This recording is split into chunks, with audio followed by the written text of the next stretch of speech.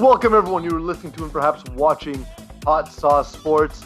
I am joined with Terry Tam as usual. He is joining me via his home. I am via my home. Eagle is via the studio. We are still in quarantine. We're not quarantine, rather, but lockdown. And the show's coming out a day late because there was worries that Eagle may break curfew. I can't believe I said that in a sentence and I wasn't making fun of Eagle's relationship. He also lives like 5 minutes by walk away from the studio. So the fact that there's even a threat of getting a ticket, a $1,500 ticket, just because you're walking home past the time you should be home is crazy to me. It's fucking nuts.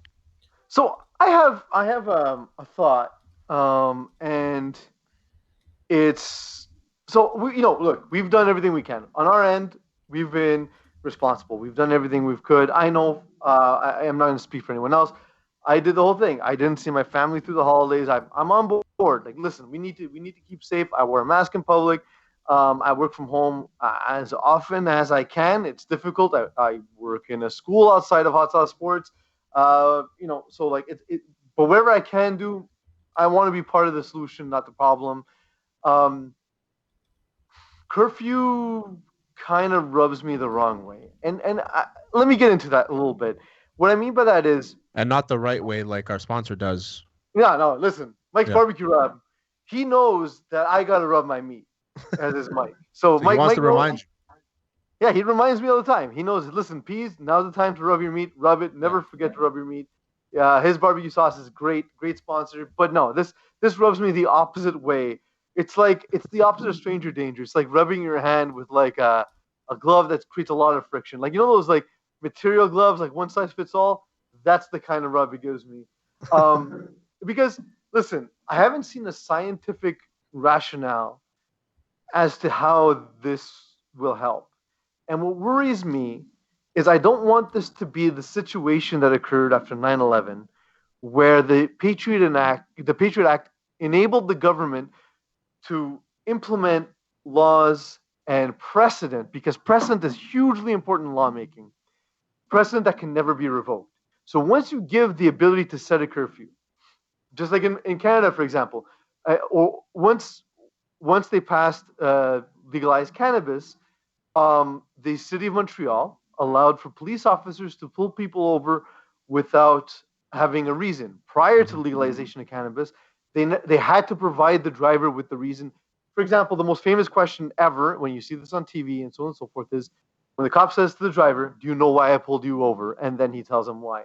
That no longer exists, and they used a law, the cannabis law, and laws related to distribution of cannabis to pass that law using the idea of public safety past that law. And not that specific law bothers me, but rather the implications it can create, because we don't know where our country will look like in 30 years.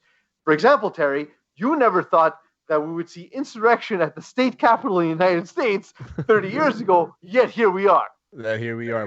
Where to the point where guys in Viking costumes can crash the Capitol building and get in and just chill, and then go to prison and be given organic food because, hey, that's my diet. Can we all just agree though? That was a sick costume though. Like, it was. Like, I thought, and I was like, damn, where did he get that? It was a good costume. I'll give it to him. A lot of those guys had good costumes. I think that a lot of them. My favorite was watching all of them dressed like clowns. That they really look good. Yeah, a lot of them dressed like human beings too, which is great because it's clearly not what they were. Honestly, Eags, that's a good point, because I look at that, and obviously what I think is the government are clowns because you look like a clown. For example, when I go to the circus and I see an elephant, I'm like, oh, obviously I'm an elephant. Because that's how that works. I do like the QAnon shaman. I will say the confidence to have what's clearly a penis tattooed on the side of his chest, that's meant to look like an upside down axe, bro. It's a penis. It's okay. It's also okay if you're hiding something. If you're compensating or you're hiding something, it's okay. You don't have to worry about it. A lot has happened in the world, and a lot's happening in the world of Hot Sauce Sports, Terry. As we see Bill Belichick refusing the highest honor a civilian can get in the United States because of everything that's going on.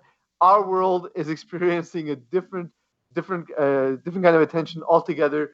The boys at Healthy Scratch have been pumping out a ton of articles. As you know, Terry, we joke about it all the time. I'm a casual NHL observer. The same way, for example, like other people are, let's say, fight fans or fight observers or NBA observers. That's what I kind of am. But they've got me ready for this NHL season in a way I've never been before.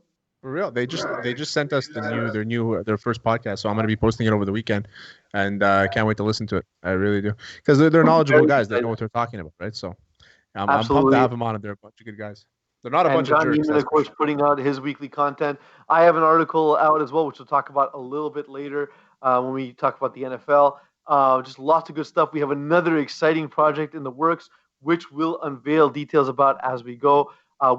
We know that there's a lot of stuff out there, and we're trying to offer our listeners and our fans, a wide array of things.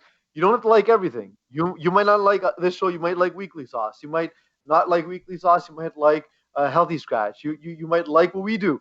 Honestly, any way that you can support us, we truly appreciate it. Remember to watch, like, subscribe, rate, review, all that stuff. We do appreciate the time you give us, and we're trying more and more to give you guys more and more content.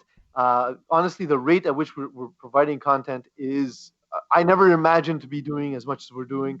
And we even have a Patreon account coming. Eagle, we have that coming. We don't have many details on that yet, do we? It exists. Don't go subscribe to it just yet. It'll be ready soon. We'll have all the benefits of being one of our patrons very shortly. And to just add on what you were saying, you meant if you don't figuratively like the content, because literally you should be clicking that like button on everything that we post, right? Give us money. If you hate me, like the content. Like physically like it, hit the like button. Exactly. We got a lot to get to. We got a pretty heavy show. We have a great interview with Sean Campbell, TSN 690. The guy's an absolute gem. I love him. We're going to talk to him, and we're going to change costumes for a little bit, and then we're going to come back and put on the clothes we're wearing now for reasons unexplained. But because we have so much going on, let's get to it. It's time for the news.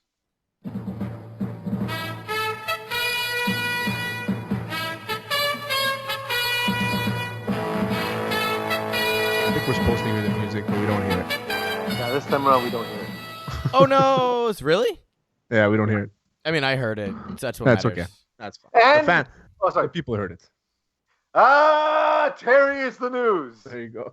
There we go. I am excited and I'm happy for the Cleveland Browns. I know they were the pinata for so long, and when they loaded up on talent and didn't make the playoffs, it was funny. We all laughed. We had a good laugh, but 18 years in the making, they win a playoff game. It's against the Steelers. Ben Roethlisberger's crying. Kind of felt good. Kind of felt good for football fans across America. I love it. And the fact, this is the thing with the Browns, is that I think that everybody kind of secretly roots for the Browns. It's sometimes maybe some of their players who won't root for, but for the most part, we do secretly root for the Browns. And I was happy that they won, but I was scared going into the game. I was like, fuck, they're going to lose this game. Ben Roethlisberger wasn't there last week when they clinched the playoffs versus the Steelers. Kevin Stefanski's not going to be there to call plays. Like, it's going to be a mess. But Baker Mayfield put the team on his back, though, and he put some work in, and good for him, man. He really shut up a lot of people, and specifically, he shut up Juju Smith-Schuster and Chase Claypool to a certain extent. Who's still talking, by the way? Like, I don't understand what Chase Claypool's doing. Like, you lost, you're done, and he's complaining about how, it's because they didn't lose. They didn't win gracefully. Like, fuck you, you lost. Shut the fuck up and go away. Yeah, he was saying is because they all started going after Juju after the game, but Juju went after them. He's like, Brown's gonna Brown. Like, you're insulting my team. You know what I mean? Like, you're insulting my guys. And like Chase Claypool saying that, well, you know what? The Browns are still going to get clapped next week anyway. Yeah, they're facing the Chiefs. That's probably going to happen. But you know what, Pittsburgh Steelers? I actually like the Browns in that game. One game in your last 5. The Jets have won 2. Guess who would have got clapped if you won? The Pittsburgh Steelers. Nobody believed in you. Like, come on. Look, they're a good team, aging quarterback. Did anyone think they're elite? Even when they were 11-0, I was like, yeah, they're a good team. I didn't feel like, oh my god, this is overwhelming. I actually like the Browns next week for a bet as a betting man, but not as the because was it 11 points, 11 as and a guy. Yeah, exactly. So I like that. I like that spread, and I do like if you can take some better odds with a lesser spread. Maybe if you can find like a line at +6.5. I do like the Browns at +6.5 because I do think they can win that game. I do. KC, although they've dominated, they're a week off. There's no fans. Like it takes that stuff away from you, and it's like I think the Browns can go into Kansas City and win a game. I really do. My issue with that, though, is the team that's been worst at defending slot receivers all season long is the Cleveland Browns. They rank 31 or 32nd on every single week of the NFL. Now, lining up in that spot is often Tyreek Hill, and when it's not him, it's Travis Kelce. So, like, it just seems like it's just like the Chiefs are better, and it's a particularly bad matchup. But look, I will say the Browns have shown. They showed against the Ravens they can score a ton of points. They showed against in this past game they can score a ton of points. So maybe it's not all that it's not everything. It's not as predetermined as one would like to think. Baker Mayfield. I saw this graphic come up, Terry. He's the youngest remaining quarterback in the AFC. He's 23 years old. Sorry, he's the oldest. He's the oldest remaining quarterback in the AFC. He's 23 years old. On the side of the NFC, you have Drew Brees, you have Aaron Rodgers, and you have Peyton Manning. And they showed this graphic. Peyton Manning. They showed George Blanda and Tom Brady, the two oldest quarterbacks to throw touchdowns in a NFL playoff game. I see Tom Brady. He looks like a guy, like we know, never eaten a strawberry, not his thing. Dude is absolutely like a temple. On the other hand, George Blanda looks like he put a temple's worth of cocaine up his nose, smoked a full pack of cigarettes, drank a quart of whiskey right before the game, if not in the huddle. Look, it's kind of like the Jay Cutler thing. George Blanda looks like a guy who played with a cigarette in his mouth.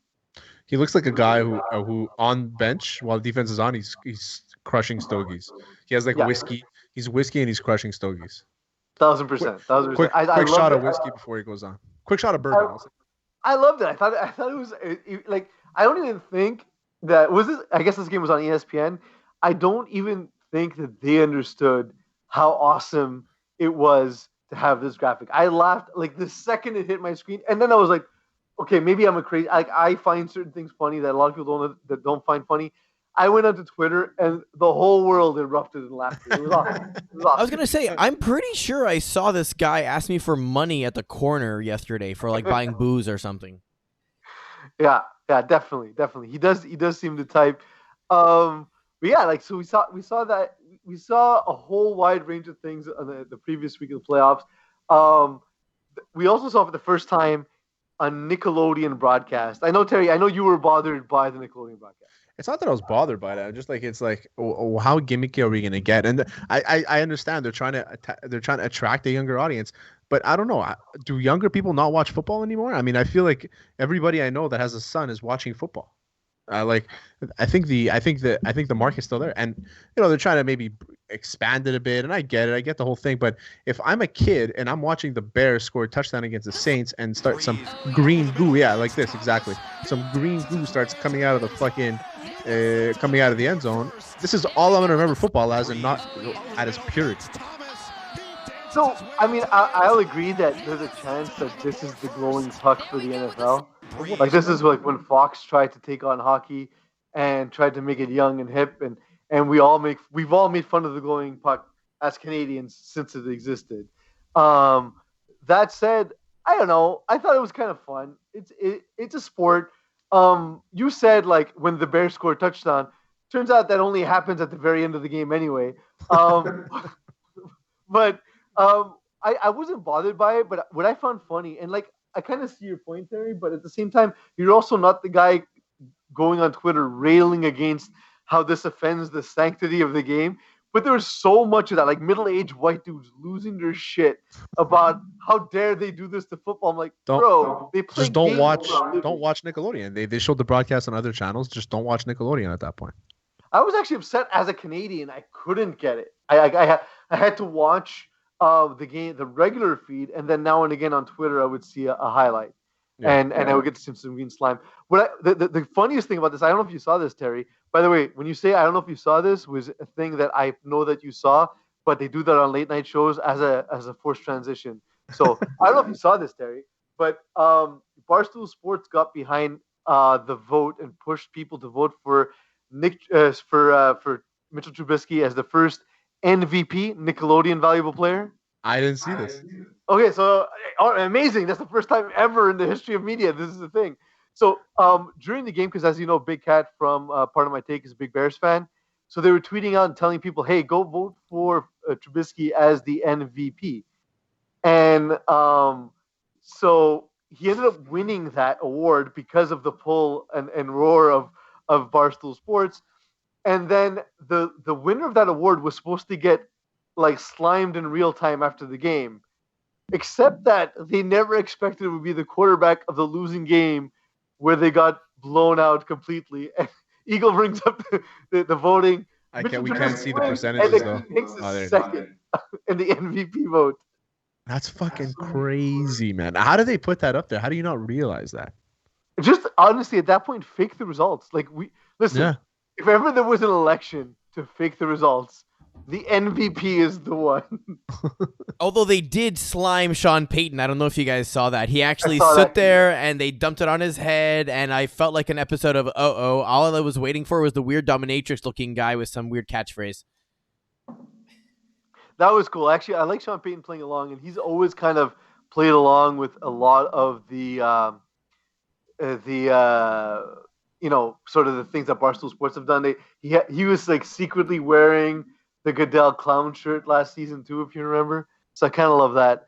I got an article out, Terry. I don't know if you saw it. See, I did it again. I did see it. You did see it? I would hope so. It's on our website. There's a rumor. Deshaun Watson said he wants to be traded. He said that he would like to be traded to the Dolphins, or the Dolphins are one of the destinations, and the one that's being talked about the most. There's some rumors that it might be Tua and the Houston's own third pick that they traded to the Dolphins last year. And I gave some reasons as to why I thought it would be a good idea. I'd be happy with either Tua or Deshaun Watson.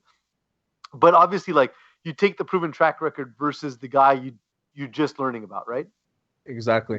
And it's tough to say that Tua doesn't have a proven record, because we've seen rookie quarterbacks come in and do well in their first year, and that's their proven record is where you drafted them. Like they prove to you that they deserve to be there.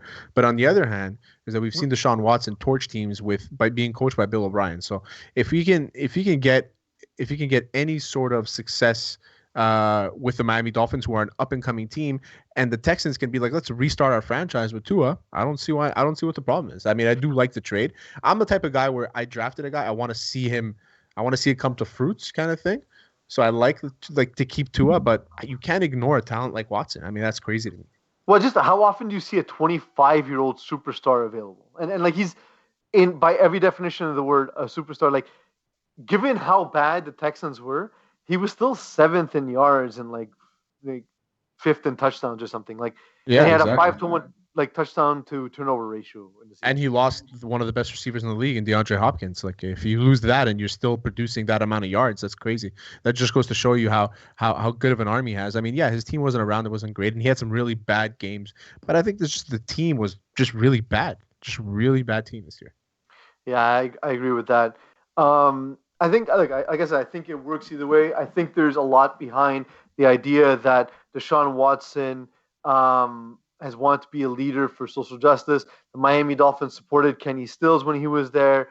The coach and GM are black. They are one of the most minority represented front offices in the sport. And Even Stephen in Ross, even Ross in runs the Rice Foundation, baseball. which helps young African Americans in sports. Even in baseball, the Miami Marlins are the most multicultural front office.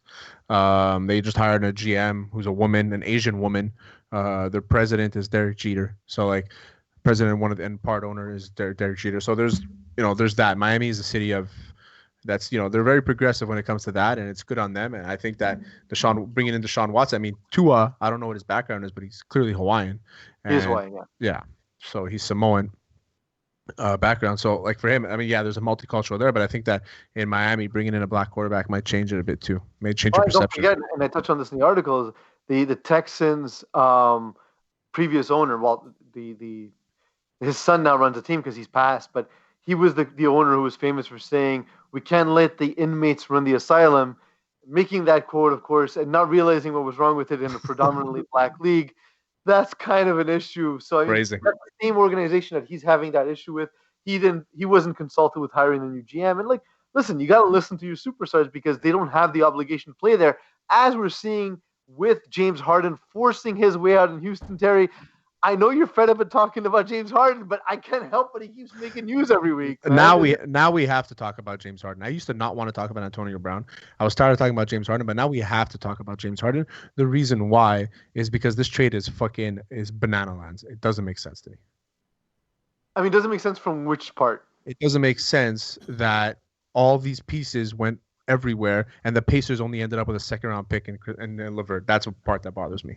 So I would, you know what, and we talked about this yesterday, but I was thinking about this today. I actually think, while I'm a huge fan of Victor Oladipo, I think he's a type of player I like. I like sort of the two-way wings. He's a lot of fun to watch, a lot of energy. When he came back from injury, he didn't look himself in the playoffs, and we don't know what the health is like. But you are getting a healthy Karis LeVert. And I know the name at the moment isn't as sexy, but I actually think there's a chance that Indiana moved a guy with a big name for a slightly younger player with better health history.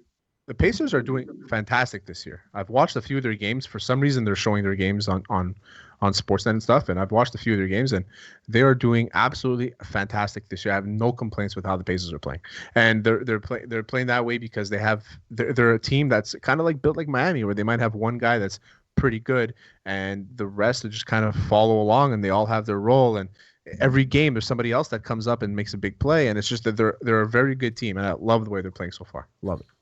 Yeah, I don't think it's as big a hit as it seems for the Pacers in this trade. I think there's a chance that they improve, or at the very least they end up with a maybe similar caliber player to the one they gave up.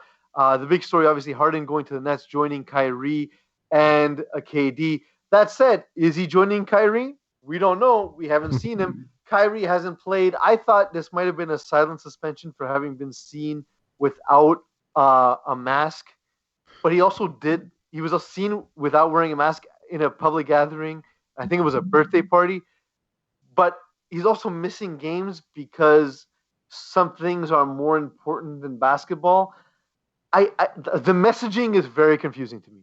I think he might be mentally burnt out. I think that he's put himself. He's a weird guy, man. Before games, he burns sage on the fields. He puts these things in the corners when he's warming up. Like he's burning incense on the field in the arena. Like he's a weird guy. He's a very spiritual guy. So like he's probably in his own head to the point where it's like I gotta do something different now. Like I gotta change something, or else I'm gonna suck the rest of my career. And he might put these demons in his own head, and he also puts himself out there so much that people rip on him all the time. How many times has Charles Barkley ripped on Kyrie Irving? It might play a toll on him.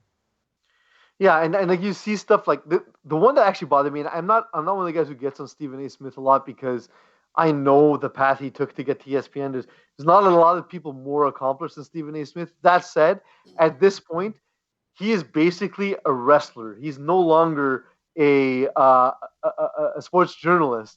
And when he says stuff like, at this point, Kyrie should just retire, it's like, well, that's easy to say because you're not leaving, tens of millions of dollars on the table. You're making that decision with another dude's money. Mm-hmm.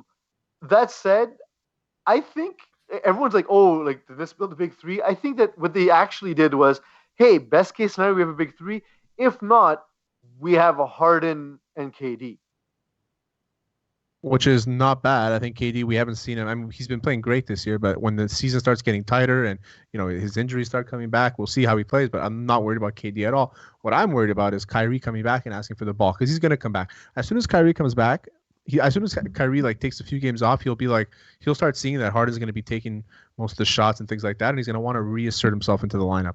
So listen, they can win this championship on pure talent alone, because that's how the NBA is built, and good on them. But realistically, as a unit, I'm not a believer in this team. So when when Chris Bosh joined the Big Three in Miami, the quote after the Big Three era was Chris Bosh said, "I knew I was going to have to sacrifice, but you don't know sacrifice until you have to do it." Yeah. That's because Kyrie's the third best player on this team now. Yes. And they gave up Jared Allen, who's their best defender, which people often forget basketball has two sides to the game. And I think they're going to figure it out. I think they're going to bring in a lot of defensive talent, which generally doesn't cost as much as offensive talent in the NBA. So I do think this is kind of year one, though, like we saw in Miami, where there was a lot of stress and it didn't look right and they didn't all figure out the roles. That said, the Big Three was built on LeBron James, D Wade, and Chris Bosh. At the time, all three were all-world defensive players. They have zero of that in Brooklyn, and I will say, Well, like, watching, I like Dimwitty. I think Dimwitty's a good player, both sides. He plays both sides of the court. He's a good player, and I was actually worried. I said if they lose him, he might be their outlet in the playoffs. If they lose him in a trade for Harden, because if I were the Rockets, I would have went after him harder than I would have went after anybody else. I always love the argument that basketball has defense, because when you score 100 points every game and your opponent scores 100 points every game, are you really playing defense? Like, are the numbers just inflated to say there's big numbers? Like, what's the point? Well, they would have scored Eagle, 106 points, Eagle. But that's the thing, Eagle. Like, I get that, but aren't you a math guy? Like, aren't you supposed to recognize efficiency and that like, if a team can hold you to like, 0.2 points less per possession, how that has an effect at the end of a game? Well, here's the math that I run, right? If a possession is 25 to 30 seconds and you score 50 times a game, you're only missing 10 times in a game. I mean, it's not exactly that, but also I know, but that's what it is. Let's follow your math. Let's follow your math. If most games are decided, let's say, by 6 points, and instead of 50 baskets, some of which are 3 points, I can limit you to scoring 46 baskets. Isn't that a big deal? Yes, but at the end of the day, that's very nominal. Especially if you can score the way that you can when you have KD, Kyrie, and James Harden. Yeah, but why play defense when you can just score 4 more times? Well, because that's how you win games. By scoring more points. Scoring more points than the other team is how you win games, Eagle. So there you go. That's the strategy for the Nets. Score more points than the opponent. Yes, so but defense doesn't matter. The opponents are also scoring is going to be the issue. Anyway, we'll see how all that works out, of course. Listen, it's a big trade. It's going to be a lot of fun to talk about. They put a lot of pressure on themselves. The thing I find interesting is the characters of LeBron James and D Wade had trouble being the villains. How do you think the egos of, KD, Kyrie, and James Harden deal with that? How do you think flat earther, too sensitive KD and James Harden, who, according to DeMarcus Cousins, came into training camp not giving a shit, bad attitude, James Harden? I don't know. I don't think it's going to work, man. The thing with the bad attitude thing, the defense of that is that's how you get. It's the only way you get traded. I agree with that 100%, but there's still a level of respect that you have to have, and I think that Harden realized, he knows, and for good reason, that he was the key to that organization, and he felt like he gave them everything. Which, how can you give somebody everything when you didn't win everything? Yeah, well, that's his point too, though. Is how can you feel like you surrounded me with everything when we didn't win anything? Yeah, that's a good point. So both that's what creates that conflict, right? That's how you get there. Terry, we have a great interview on deck. We're going to talk to Sean Campbell of TSN 690. He's doing a great thing with La Brosse Brewery.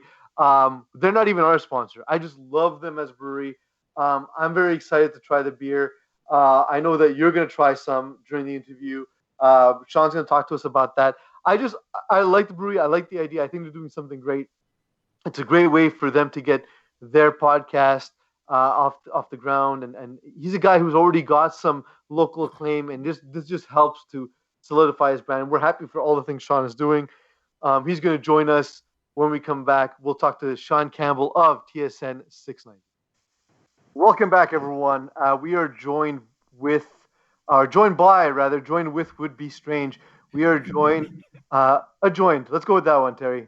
We are adjoined with Sean Campbell. He joined us from TSN 690. He's got so many titles on his Twitter feed, so I shortened it all. I'm going to go with just Caribou Jerk, Sean Campbell, TSN 690. He's also on the Off the Cuff show with Chris Nyland, the Del Mar post-game show with Mitch Gallo, and post-game pints, which is a podcast you do, if I'm not mistaken, right, Sean? That is a podcast that Mitch Gallo and I have been working on. It's kind of an evolution of the Hot Topic podcast and the Hot Topic show that we had on TSN 690. We turned it to a podcast over the summer, and then we rebranded. We always wanted to rebrand it, and then we went with the Post Game Pints podcast. We're in the infant stages, but we've turned a little video like you guys, working the video and the audio as well. So, yeah, that's fun. But I like, by the way, I like that Caribou Jerk. That's Caribou Jerk. That's quality title. That should be I looked through the list, and they're all the titles are so impressive that I needed to choose really like the cream of the crop. So when I'm looking at that, what really sticks out to me, and I said, Caribou Jerk. Caribou Jerk is the way to go. Sean, thank you so much for your time. We're going to absolutely waste it today. And part of the reason is that Terry's been drinking what he's drinking today, and we're going to let you actually introduce it, but it's a beer that you're involved with. Am I right? I'm drinking it too. There you go. The Campbell Play-by-Play IPA, courtesy of LaBrosse Brewery. They're the sponsor of the Post Game Pints podcast, and they wanted to jump aboard right away with Mitch and I.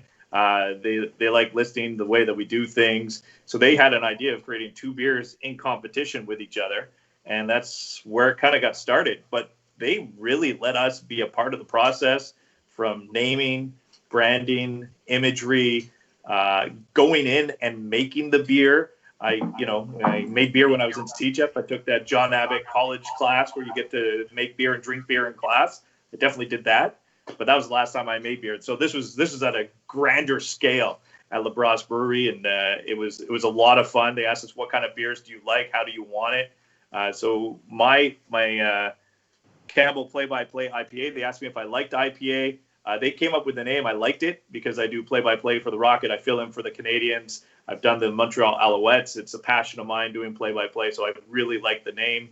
And the logo, by the way, we were going to go with the Campbell Tartan, okay? Campbell Tartan. But it was a little harder to do, and they wanted a sports theme, with Gallo being the angry Gallo. The boar's head is the Campbell clan mascot, or like the imagery. Like if you look up the Campbell clan, it's awesome. It's the boar's head. So they did the research, and I was like, I love it. And I think both cans look great. The beer tastes great. It's an IPA, but it's an IPA, by the way. If you like IPAs, it's great. If you don't like IPAs, it's a good IPA to be introduced to. It's not too strong. It's about 6%. So cheers. I'm not a huge IPA guy, but I do like this. I do actually like this. It's not bad at all. It's much better than Gallo's garbage beer. I will say that. Yeah. So we are. Who puts coffee 100%... in beer? Did he choose the beer? Did he choose the degrees? Who puts coffee in beer? I actually love. Like I'll be honest. I like mine better, but I like Gallo's beer. I don't mind it. I like the smell of the coffee. I'm a coffee guy. I drink my coffee, but the Gallo's beer I have zero issues with. Sean, I feel like you don't really understand the landscape of sports radio. You can't like your opponent. You need to hate them no matter what. No matter what they do. So, like, Gallo hasn't been on our podcast. We're throwing our weight behind you. Everyone's got to go out and buy Sean Campbell's beer. We're going to buy nonstop Sean Campbell's. The one sampler we got of Mitch Gallo's, I'm not even going to drink it. I refuse. On principle alone. On principle, man, I can't do it. I can't support someone like Mitch Gallo who unlike you, hasn't come on our show yet. So we had Brent Topol on, and he told us a story about Alain Vigneault and how he doesn't like him, and we don't like him now. We don't. Just Alain Vigneault's in the blacklist. That's how it works. Yeah, refuse. Okay, Good. I like that. But here's the thing with Gallo. He is my opponent for when we do our podcast, when we work together on the post-game show, or we're on the air. We love butting heads, and I will be honest about that. But at the same time, in real life, he's my teammate. I play hockey with him. I play baseball with him. He's my VBF, not BFF, VBF. So I do support him. But what I'll say is, if when you go buy your Campbell Play-by-Play IPA, buy 3 of mine and 1 of his. Like, buy more. Like me more doesn't mean you have that's to a good point. along the way. Just that's like fair. That's fair. I think if we, you know what, that happens naturally for most people when they meet me and meet him. So you're saying 25%, only 25% of the people he meets likes him. So yeah, pretty much. And Not bad, if not I'm bad. in the Pretty room, good I ratio. usually steal the show. Yeah. So last night was the first game of the season for the Montreal Canadiens. What are your overall declarative overreactions to the first game? Overreactions, and this is weird because they lost. Mm-hmm. Was that my first reaction was they're going to win the next 5 games. That's an overreaction. I like it. Because I just really liked what I saw, and it's a weird overreaction to a game that they lost.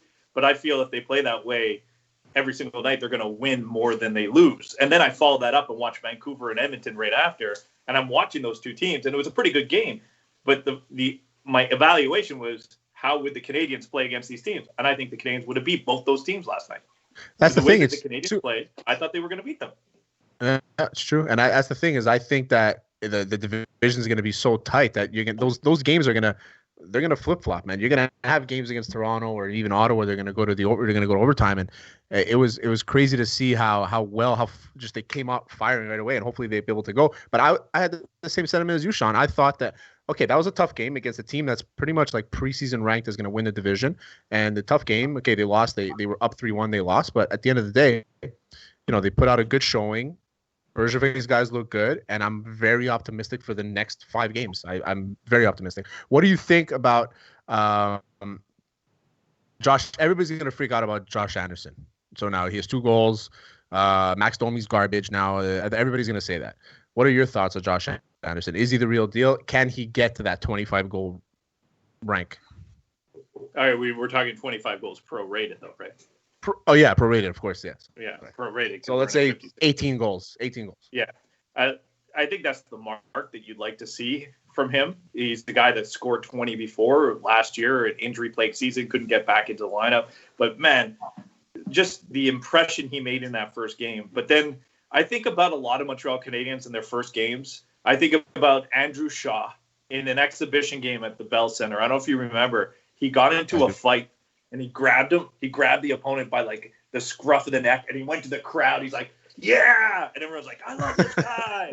And then Max Domi, his first time at the Bell Center, everyone's like, "Oh my God, Domi's the greatest player in the world." First impressions are huge on Montreal Canadiens fans, and that's a good and point. It's the same thing. I think Joel Edmondson, he's got such a hill to climb because he didn't play that great last night, and it was his first game. If Joel Edmondson was the one that fought Wayne Simmons, but he beat Wayne Simmons, everyone's going to be like, "Oh, Edmondson, he's the greatest." Its first impressions are crazy. So you got to remember, like right now, how you feel about Josh Anderson when he goes 8 games without a goal, because it's likely to happen. He's going to go 8 games without a goal at some point this year. I'm pretty good at keeping an even keel on how I feel about a lot of these players. I think Josh Anderson's a good fit on the Canadiens. Do I think he's going to be more productive offensively than Max Domi is as a number 1 center on the Columbus Blue Jackets? I'm not sure about that. I don't think so either. Yeah. The thing is too, we get fans often get bogged down into like who quote unquote won the trade instead of listen, we made our team better. If that happens to also make another team better, that's also okay. That's possible. That can happen. You know what I mean? And seeing that, and I kind of took the same thing away from as you guys. That look, they played well. The 4th goal is something that's not going to happen on most nights. But I want to talk to you, Sean, about you have a tournament you organize. It's an old timers tournament, Point Claire, if I'm not mistaken. Oh yeah, the PCIHL tournament. I don't organize it anymore. It's a intermediate, so it's not old timers. It's 21 to 35. And, so our researcher needs to be fired immediately. Got it. Cool. And your researcher, as organizer, I can't call myself the organizer anymore. I did organize it for 12 years, and I was a part of the organizing committee. And I still go to it. I still participated. I still run a team for them. And when I show up, pretty much I'll work the auction if they need an auctioneer. But that's a tournament that didn't get to happen in 2020 because of COVID-19. But we're hoping we could put something together. It's mainly for beer leaguers. You put your own team together, your team that you have. You register at PCIHL.ca. It's out in Point Claire. It is an incredible tournament, absolutely. And it's not just the hockey, because you have 5 days, guaranteed 3 games, maybe 5 if you make the semis and the finals. But the hospitality that the organization committee puts together, phenomenal. From the drinks to the food to having hockey on big screen TVs at the bar in the arena so you can get together. Now, who knows if you're going to be able to do that in 2021, but it's a tournament that will continue when you're going to be able to continue. And if anybody's out there and they want to put together a team, I tell you right now, January, February is the time to send an email to PCIHL. You can get it on PCIHL.ca, get their info. They'll get back to you right away. And you know what? Find me on Twitter. I'll make sure you find the right people. I think I'm still in control of the PCIHL Twitter account. You know, I'm just a player in the league now. I used to run the league. I used to run the tournament, all that stuff. But, man, I missed that tournament last year. I missed being in tournament hockey, sitting back, having beers, playing hockey all weekend long. I don't organize it anymore, though. I don't want to tell you it's 21 to 35, and I don't want to tell you I'm over 35 right now. But I'm kind of in the twilight of my intermediate career. So you should add auctioneer now to your Twitter bio. I should, because the last 2 years, Gallo and I did the auctions, and let me tell you that I am way better than Gallo at being an auctioneer. So better at making beer, better at auctioning. We gotta get you off of Caribou Jerk and onto Caribou Auctioneer. Your next beer should be called Caribou Jerk or Caribou Auctioneer. Yeah. That'd be great. I like the Caribou Jerk, by the way. By the way, the whole Caribou, and I don't know, do you guys know the whole story about Caribou? We don't. We picked it off your Twitter bio. Okay, so this goes way back, and it involves drinking beer. This is okay. So when I was in high school, my buddy and I, we had a holiday that we created. It was called Day of the Wandering Caribou. And we celebrated it every day on March 23rd. And then by the time we were like 17, 18, we're like, hey, let's celebrate and go have some beers. So the first year we had 2 people show up, and then it was 4, and then 5. And then 1 year, like it exponentially got larger. We threw a party of over 300 people easily. That's great. For the Day of the Wandering Caribou. Started a cult. It's pretty much a cult. Yeah, that's it. My baseball team we're the Caribous, and it's based off of that. And so we've every year still I celebrate Day of the Wandering Caribou, and this is the weirdest thing in the whole wide world is that my second son born on the Day of the Wandering Caribou. That's pretty awesome. Instantly your favorite child. Yeah, that's pretty much it. Don't say it too loud. They're both right here. They're both right here. Well, now we know. And we know you planned that pregnancy. We know you counted out the days. You're like, we got to do it, honey. Tonight's tonight. And there you go. You have the child of the Wandering Caribou. Yeah, she was like, no. I don't want him to be born on this day. No. And then he just was. It's too bad. Sometimes you just can't control fate, and that's what happened. So so you've done auctioneer, play-by-play, you have your beers, play-by-play. So you've done play-by-play with a bunch of people. Who's your favorite? And there's only one answer, and I hope you get it right. My favorite guy to do play-by-play with. Your favorite color guy that you've done it with. My favorite color guy? Yeah. That I've done it with, and you have your answer. I know the answer. I should say. He just texted me. He's like, "Tell Sean I say what's up." So you have to tell me. Yes, the right answer. Awesome. Well, tell David Sanchez I say hi. No, it's not David Sanchez. That's a good one though. That's a good answer. David Sanchez. I will tell you this, okay? I didn't do any Alouettes games last year. There was no games. And the year before, 2 years before that, I did 4, and then 1 year I did a whole bunch, and I did a bunch as the analyst. But the year I got to fill in, and I did about 4 games with David Sanchez, a couple on the road. Man, I loved him on color on TSN 69 radio. But I knew right away. I was like, this guy's made for TV. Look at him now. He's on TSN all the time. Yeah, he's great. Edge. He joins me on TSN. We'll text back and forth. I mean, one of my favorite people. But to do a game color with him, it was really neat because he does things differently. His conversations, you ever see on TSN when he's very laid back. Yeah. But he'll turn around and ask like somebody else. You're like, no, you're supposed to be answering. But that's his answer. It's the question. David Sanchez is one of my favorites that I've ever done color with. I'm trying to. So if you're saying the one that I love doing Color with, are you saying it He was 2019 Hot Sauce Sports Guest of the Year. I will tell you that. Are you talking about Christian Faultier? No. He's going to be so disappointed, Sean. It's Marco Bruyette. Oh, Brew. I love Brew. And you know what? You know what's going to be bad? Is he's going to be so insulted I went with Sanchez and not him, and I went to football. I didn't go with all my hockey guys. I went to the football guy that wasn't Brew. That wasn't Bruyette. I love Marco. Marco's great. And you know what? Here's the thing. Because I knew Marco as the player, but I feel like I got to know Marco more as like an analyst with TSN 690 when he was working with Rick. And then I started, being part of the broadcast a little bit, and then I did one. But I don't know him at all. But I just, like, right away, and I love the thing with Marco, I love that he's kind of like going for the commissioner, and I'm like, he's the perfect guy. Is he not the perfect guy to be the commissioner of the CFL? Unbelievable. And yeah, sure. He could campaign for himself, but I'm like, how come more people aren't campaigning around him? We take full credit, by the way. Yeah. We take full credit for him making that push to be commissioner, because it was on our show. We were actually egging him on that he should be commissioner of the CFL. So, don't look no further than me and Terry as campaign managers. All right. So what should I be commissioner of then? You know what? Alcohol and beverages for the entire CFL, and they just drink play-by-play IPA. There we go. The Campbell play-by-play IPA. Sorry, Marco. I went with Davis. Oh man, that's insulting. I'm sure he'll be fine. He's already like 16 Michelob's deep right now, so he'll be fine. The lobes. He's getting into the lobes. But he's got to keep that. He still keeps that form pretty tight. So Yeah, he's got the vegan lifestyle. He lives in Westmount now. He's living the life, Marco. He's living the life. All I do is eat meat and drink beer. So it's I'm leaving the COVID pandemic lifestyle. That's it. Same here. Showing up.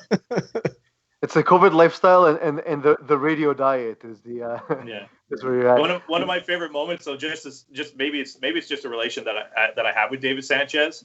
One of the first Grey Cups I covered was in 2008, and it was in Montreal. The Alouettes lost, and I had to do a little post game hit. I was up at the Big O, and I had to do a radio call for like half an hour. But I also had to go get audio and be the reporter for the station. So I was half an hour down late into the locker room. I run in, the Alouettes are gone. No one is there.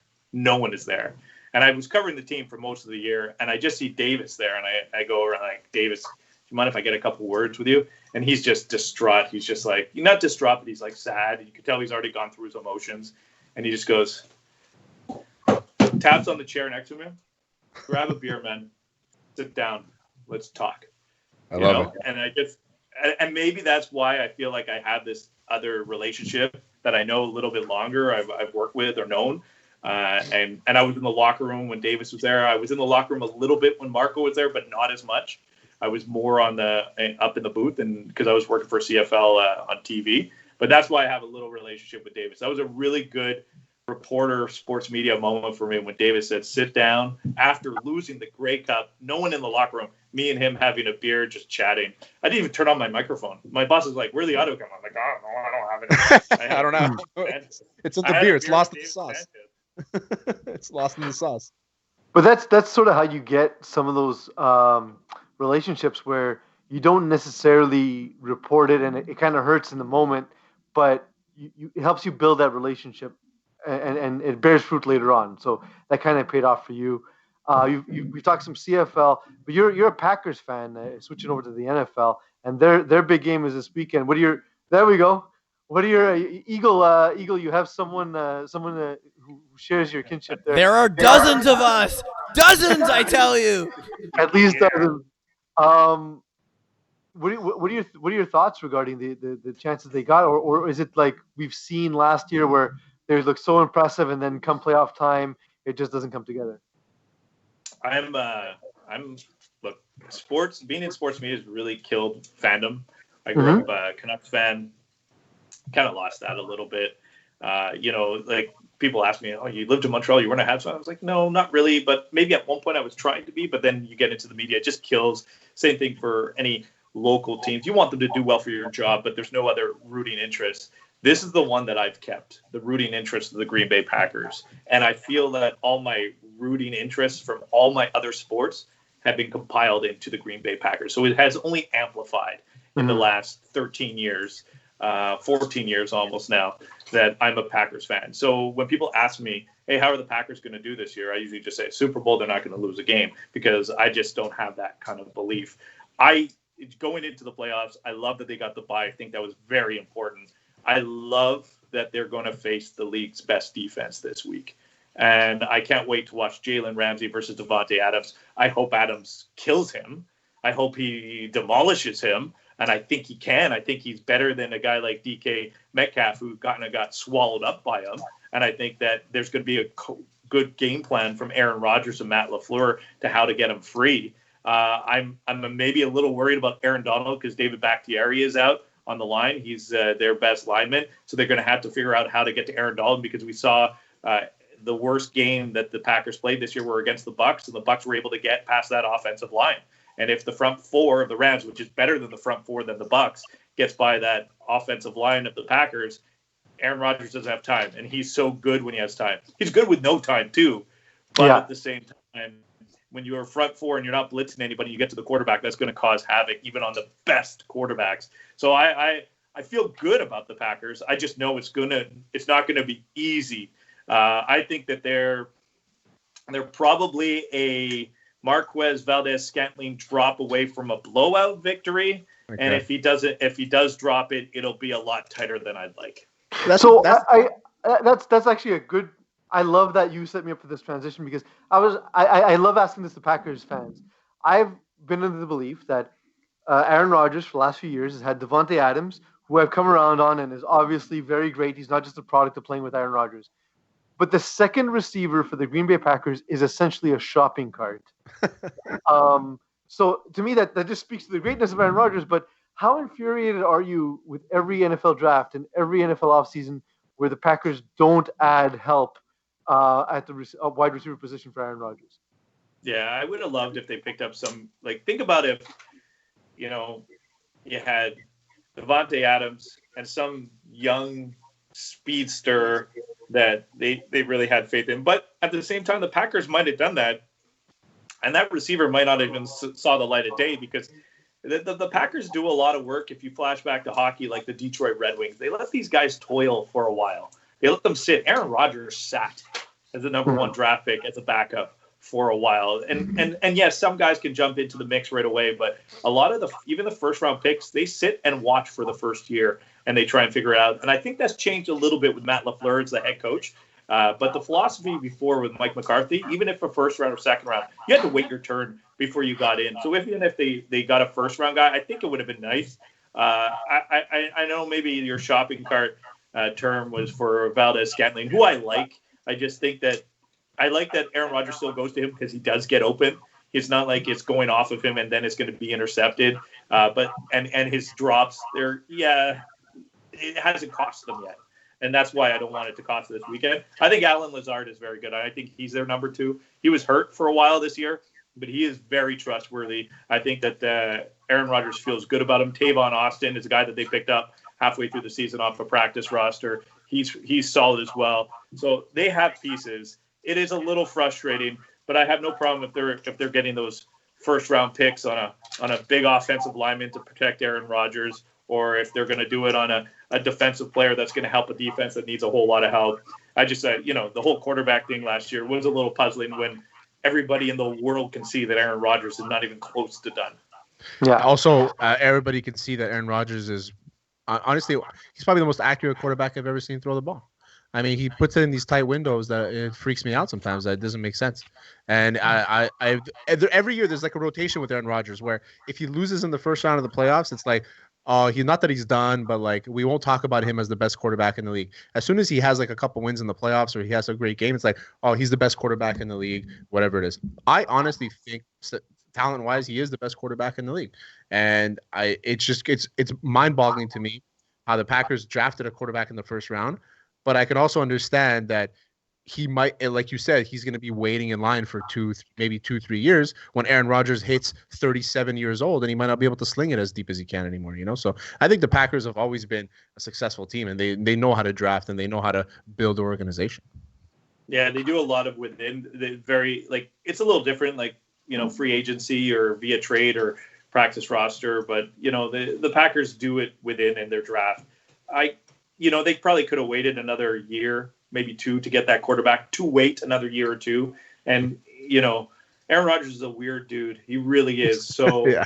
To avoid insulting him, because he was insulted, because that's the way he is, I think that over time he'll be fine. And then now he's like, hey, look, and then Packers, he realizes he's got a good thing with Matt LaFleur. He realizes he's got a good thing with Devontae Adams. And maybe this year, this draft, they're going to say, all right, this is the year we'll get you a receiver. Maybe that was the strategy all along, right? It was to light a fire under his ass, to be like, oh, we're looking to replace you. And he goes, not on my watch. Motherfuckers. I got a big dick. That's pretty much it. Like, just the accuracy of the throws. And this is what I love telling people. It was more last year. I think he threw 6 interceptions last year. 3 of them were dead off the receiver, up in the air, and then caught. And then this year, his completion percentage was at 70%. I would love to see all the incomplete throws. I think 10% were drops. Another 12% was that he threw the ball away because he saw there wasn't a play. And I think he only missed 8% of his throws. That's crazy.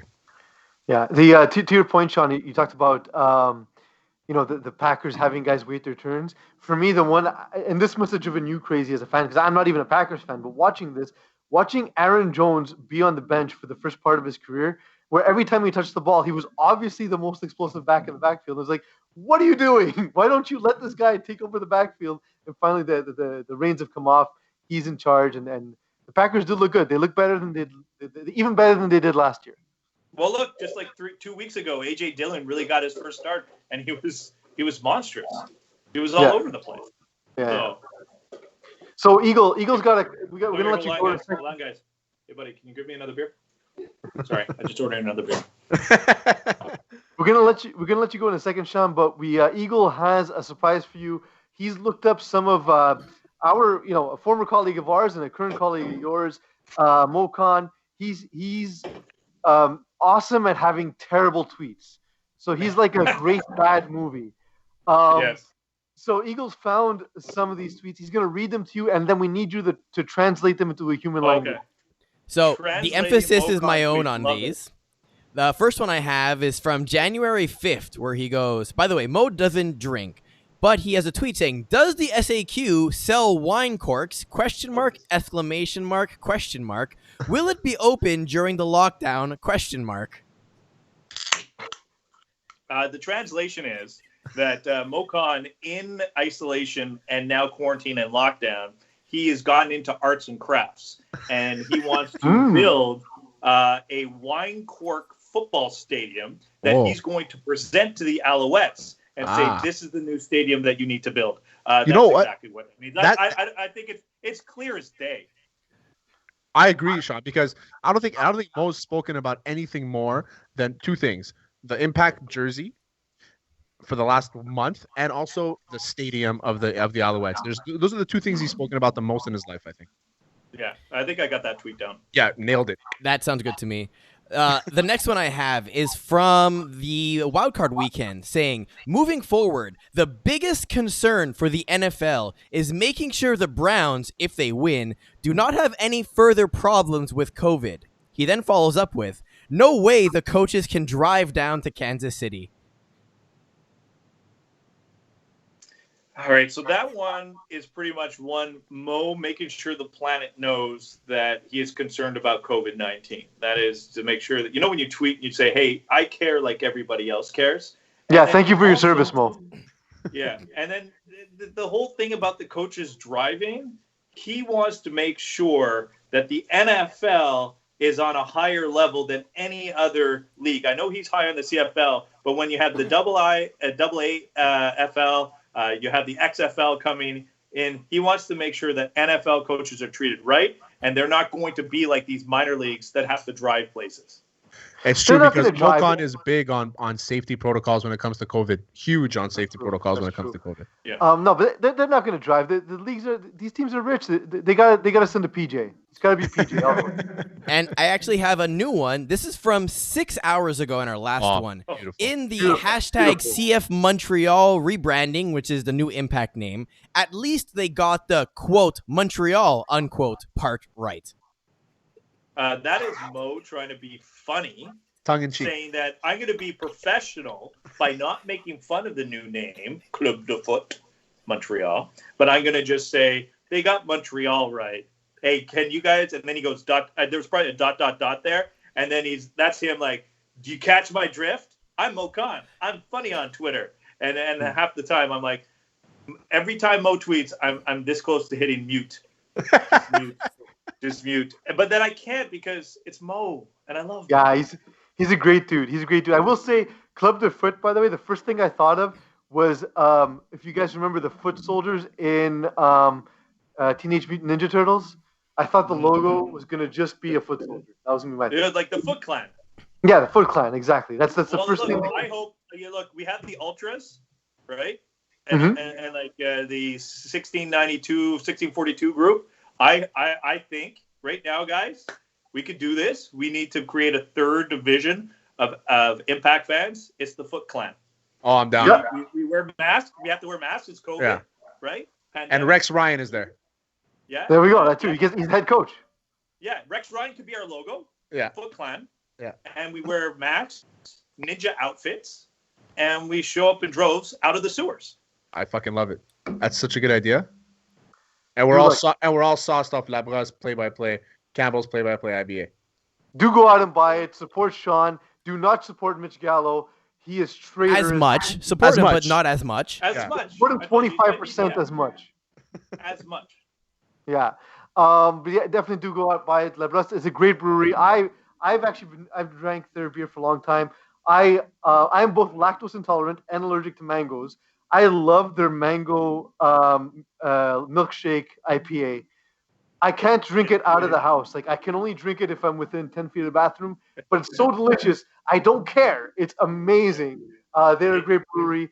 I'm really happy you guys are. Crazy. That mango one though, that mango creamsicle, I'm the same way. Like, I was like, okay, I'm not gonna like this beer. I've tried a lot of beers. There's beers I like, I don't like right away. And then I was like, oh my god, this is amazing. I love it. It is delicious. I gotta try it now. I gotta try it. It was CFL ref Walter Berry turned me on to that brewery. Really happy that they support your podcast. It is called Post Game Pints. Sean Campbell is also joining us courtesy of TSN 690. He also hosts Off the Cuff with Chris Nyland and the Delmar Post Game Show with Mitch Gallo. Sean, thank you for allowing us to waste your time. It was a great waste of time. Now I'm gonna go and watch Cobra Kai. I'm good. Have a good one, buddy. It's a good season. Put a hash brown. Put a hash brown on it. Hash brown, Cobra Kai. And we're back. All right, Eagle. There's no way for me to know that because there's no like sonic cue or anything. That was an awesome interview. I love talking to Sean.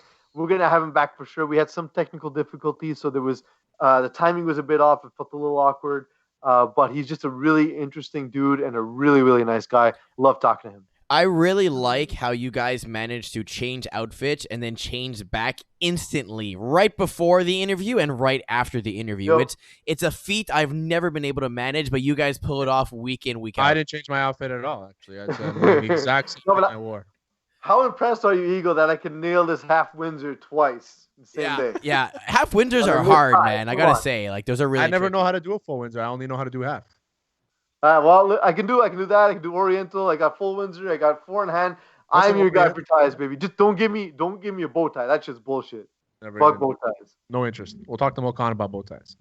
Eagle, what time is it? Let's go into rapid fire.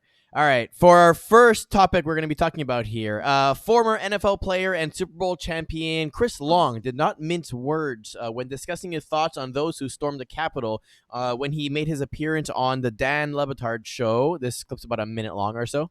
And hopefully a lot of people woke up to it, the fact that like all these people just walked in, and the irony of Blue Lives Matter flags, and you're like crushing police officers between riot shields. And I'm not somebody like when David Dorn got shot, I thought that was fucked up.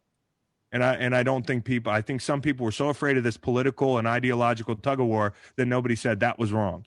So that was wrong. But I'm here to say it was fucking wrong for those people to crush that dude, to beat the guy with a fire extinguisher over the head. Like, what are we doing, dude?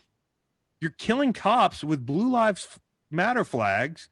and American flags walking with a guy with the stars and bars in the fucking state capitol. Like, what are we doing here, dude? Just say it. You don't like America. You've never liked America. You just like white America, dude. Like, it's just so clear. You just told on yourself. It's the whole group. So at least now we know that the red hat is not, like, to me, that red hat is no longer, and I don't care who I piss off saying this, like, that red hat is no longer, like, you don't have plausible deniability anymore.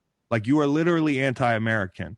And if you're walking around in public with that hat, I'm not asking people to do anything about that. I'm just saying I'm looking at you as a fucking traitor, as I always have.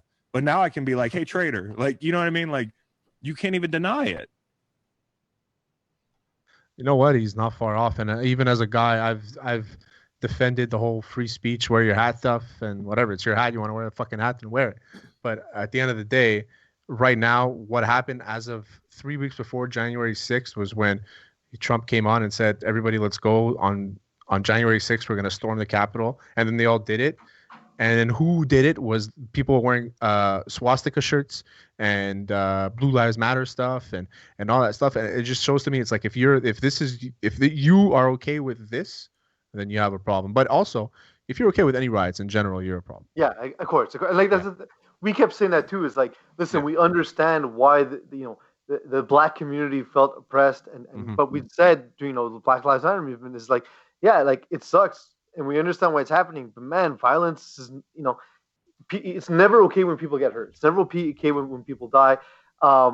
And in the case here, like the Chris Long is saying, like he's referring to them as traitors, and you marched on the Capitol.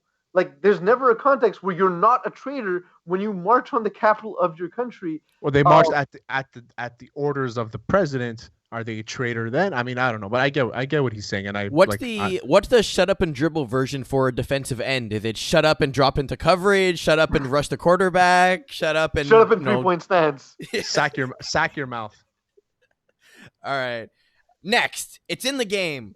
EA Sports, like every year, does its simulations on all the systems, but essentially for NHL, they've determined that Quinn Hughes is going to win the Norris Trophy, and they've also gone ahead and predicted the final standings based on the new breakdown, and we're looking at something like this, where, hold on, let me move this up. There we go. Where Toronto will finish first in the North, Colorado in the West, Tampa in the Central Division, and Philly in the East. Thoughts? I don't hate these standings, because to me, Toronto should finish first. Toronto or Edmonton. I like Montreal making the playoffs, but it's going to be tough against Calgary, Winnipeg. Calgary, Winnipeg, Montreal, and Vancouver are all going to be fighting for those two spots. I see the West. I mean, Arizona to me is a team that could do some damage. So I like them. Minnesota and Anaheim, not so much. So I think Arizona might be able to slide into fifth, maybe fight against LA for that fourth spot. But the rest looks pretty good. Carolina is a very underrated team also. Florida, I'm not high on. Chicago, Detroit, too. Nashville, they're always a good team. I mean, they have Roman Yossi. The guy's he's a fucking unit. He's unbelievable. So they're going to be fighting with Columbus, man. Columbus is always a well-coached team, but they're having their problems too. It's tough, but I like these standings. These standings make a lot of sense to me. I do agree to this. So isn't this, when I see this, I feel like this is why I don't believe humans won't beat AI. Like, it just feels like the most computer-generated thing where, like, injuries don't happen and, like, guys don't go through a slump, or guys, especially in hockey, like, where, like, a goalie can just have a bad month for reasons that no one understands, and he's fine for the rest of his career, but he had that one bad month, and you just finish out of the playoffs. Like, it happens. This is how much that AI has advanced, because they don't have Pittsburgh going into the playoffs. So that is true. That is true. Actually, you know what? Yeah. That's a good point, Terry. If there's anything that NHL does, is that they always the rankings are always based on if you have the best players, and they have Crosby, Malkin, Letang on their team, and they're highly rated players in the game. So for them to not be at least in the playoffs, and New York, who has a lot of young guys, to be in the playoffs, it shows that their AI is much better than they used to be. I'm just happy, honestly, that we didn't have to pay to see this, and they didn't put it behind a DLC wall. Next, I hate you because I was gonna go for that joke. Good job, Eagle. Good job, Eagle. Pay for the rest of the season. You can't go 50-50 with Tahoe. Pierre-Edouard Bellemar's hopes and dreams were dashed as Andre Borowski informed him that their game in February on Lake Tahoe will not actually be played on Lake Tahoe, but rather in the area. And you can watch the moment in this press conference here. Actually, like, I have never skated on a lake my entire life. We're not skating on a lake, though. Huh? It's not on the lake. It's not on a lake? No, it's beside lake. No. Yeah. I thought it was on Lake Tahoe. We're playing on the 18th fairway, bro. No. I didn't even know. You can take For real? Oh, you just crushed my dreams. Well. Give up the belly. I love it, man. I love how dumb hockey players can be sometimes. I'm excited about it. I'm just gonna wait for the moment where he finds out for the first time. He's so happy here. On a lake my entire life. We're not skating on a lake, though. Huh? Right there. He's like, "Are you serious or what?" He's probably looking at him like, "Hey, listen, Bora, you're probably fucking with me here." But why wouldn't you want to skate on a lake for a game? Like, that would be awesome. Like, imagine it's like a warm day. There's a big hole in the middle. You have to skate around it. There's like a fight and someone gets thrown in. They drown, and referees are like, "Well, I guess that's the penalty box now." So Eagle plays hockey during the purge, basically. Yeah. Oh yeah. I mean, they're already wearing blades on their feet, right? You're halfway there. They're skating around knives on their feet, of course. Exactly. In the red zone, prior to NFL kickoff, Scott Hansen, tweeted this out. We're 35 Sundays until NFL red zone returns. Until then, 10 hours of commercial field football start now. Scott Hansen's the best. I think Scott Hansen is probably the only thing that's saving football right now. Like, viewers, I don't think anybody watches unless it's your team playing. If your team's not playing, you're on red zone. Scott Hansen's the best, and the way he can handle 12 games at a time is unbelievable. Well, not 12, but you know what it is. So it's like it's an incredible amount of like TV polish to do that job, and so because of that, I thought he was going to be the most starched personality. But I love the fact that the dude loves to have a laugh. The guy can poke around and have fun, and like not even be a jerk about it. Just be a fun-loving guy. You know what I mean? I really enjoy that. That said, he tweeted that out, and I had a laugh. By the end of the third game, when I saw the 18th commercial of like, you know, whatever truck they're trying to sell me and whatever insurance, because I feel like it's the same 7 commercials for 10 hours. Like, at least if it was different commercials, it's the same ones over and over and over. I was ready to pull my eyes out. Next, kind of a little bit of sad news on this one. In the red, not in the zone this time, Evander Kane files for bankruptcy after being $26.8 million in debt. This may require him to opt out of this season to claim that he's unemployed. There we go. To try and get the bankruptcy protection or whatever he's going to need. Kind of a sad story considering the last time I saw him, he was threatening a YouTuber for a fight, and then last time I saw him before that, he was waving money around in Vegas, and it's probably how he all lost it all. So he has 26 point he has a $1.5 million debts at the Cosmopolitan Casino. He has a $93,000 a month expense. Like, that's what he has. He has houses everywhere. He makes $2,000 a month on his podcast. His contract with the NHL would have to be forfeited. So it's the only safe play for him right now. It's the only safe play. So he's opting out? Like, for real? He opted out of the season because he would have to forfeit his entire salary. That was the smartest fantasy pick I made in our draft. He's out. God damn it, dude. Oh no! In all seriousness, like, it does suck, and it sucks to see it. And I don't understand how this keeps happening to athletes. And the way you see it is like the way it happens is that it's people who don't have addictions not understanding people who do have addictions, right? And it is sad. We obviously hope for the best. He's, dude, one of my favorite players to watch, right? Like, he's you can't intense. not love the way he plays the game. Shoots hard, hits hard. It's what you like in hockey. He fights, exactly. He's the kind of star you like in the game, and it just sucks that he's going through. It does suck that he's going through it. So I wish him all the best. I mean, I think that now the Paul brothers have no reason to fight him, so we can forget about that. Can we afford to pay him for Hot Sauce Sports since, like, you know, he kind of needs the cash? I don't think so. Alex the intern has a big salary. That's true. He's overpaid. He's overpaid. And then, finally, if you like it, you should have put a leash on it. A husband and wife in Quebec City, in Sherbrooke, Quebec, rather, were fined $1,500 apiece for breaking said curfew that I almost did myself yesterday, because instead of taking their dog for a walk, the wife took the husband for a walk with the leash around his neck and claimed that he was her bitch. Only 2 places in the world this happens: Quebec Mhm. and like really the sticks of Alabama. The only 2 places that don't happen. I was gonna say Dade County, Miami. Oh, I was going to say a sex dungeon and some weird kinky shit. only 2 like provinces and states. So Quebec and Florida, the only 2 places it would ever happen. Only. Well, so what you're saying is Quebec and Quebec South. Like I saw that story, I had a good laugh, and like, can they actually win this in Supreme Court because the guy can self-identify as a dog in 2021? I doubt it, because I don't think it's about self-identifying. It's about, is it a dog or is it not a dog? Anyway, they can try. See what happens. Yeah, Cost them that's legal true. fees. Worst case, it'll add up to $3,000 and they'll break even. Or they Yeah, lose he and had to at double the least cost. dress up in costume. If you're not in Full- costume, you can go fuck yourself. Full circle jerk. Maybe Evander Kane declares himself a dog, and he doesn't have to declare bankruptcy after. Yo, is that how Evander they made those K9. Airbud movies? Like the Evander hockey K9. version can just feature Evander Kane. Evander K9, we call it, like P said. There we Yeah. go. I like it. Evander K9. And that's a rapid fire for this week, boys. That was awesome. Great conversation this week with Sean Campbell with TSN 690, as well as a bunch of other credentials. Of course, he can say that he's from wherever he wants. We know him as a The Jerk Caribou. Terry, thank you for everything you do. Eagle, thanks for everything you do. To the people out there, please do like, watch, subscribe, do all that stuff. That's what keeps us on the air. We try really hard to give you guys content that you'll enjoy and you'll love. Thank you for those who have followed, those who have liked, and so on and so forth.